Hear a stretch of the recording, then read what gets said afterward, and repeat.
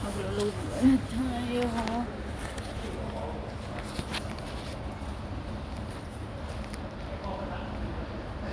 Yung ilalagay natin cash, ang ilalagay natin ng 50.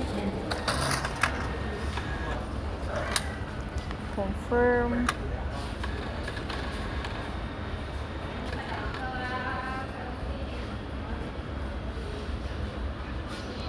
Okay, 50. Sip. Yan, natin. Tapos maglagay tayo ng uli. Cash.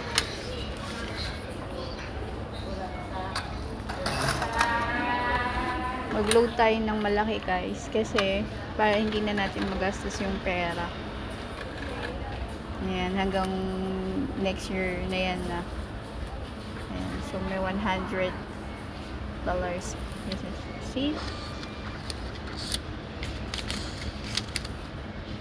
Ayan guys. Punta tayo ng market. Tapos kung mag-load ng $100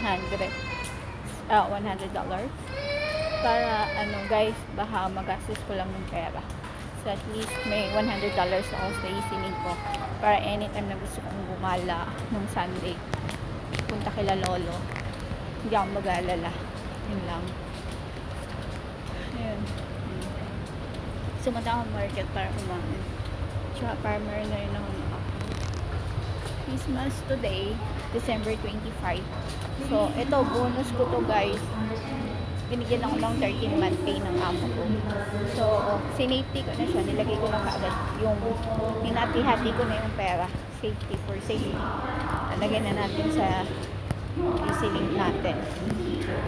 Yun lang. Ka-farmer na rin ako may. Hindi ako nakapag-ayos guys. Anyway, hindi talaga ako nag-ayos.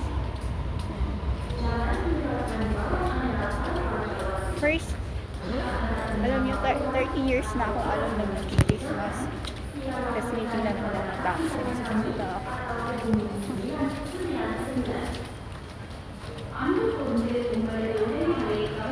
Ayan. Because may 13-month pay tayo, mamimili ako ng grocery as bibili ako ng souvenir ko para sa sarili ko. Ayan. Para meron akong maalala galing sa amo ko. Ay, mag-1 year na ako next year. Excited na ako na mag-1 year next year. Happy ako kasi syempre next year bayaran na naman ang insurance guys. Ayun. But okay lang kasi naka-safety na yung pambayad ko ng insurance ko. Wala naman akong pupumakin. Ayun. At saka guys, sa 2026 bala ko umuwi ng Pilipinas. Hope so, makauwi ako. Daanan ko si Uncle. Wait. Merry Christmas to you. Merry Christmas to you. I off my camera now. Merry Christmas. Do you want something? I go to the market or buy something. You already eat? Yeah. Okay. Bye-bye. Merry Christmas. Ayan si Uncle, mabait yun. Libre ako nun. Bililibre ko sana, ayaw naman niya.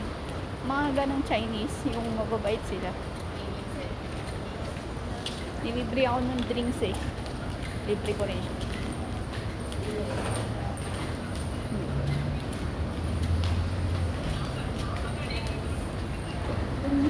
Ayan ko na yung vlog dito kasi tinitingnan ako nila lolo. Mani tinitingnan ako ng mga tao. May pagalitan tayo. Bye guys.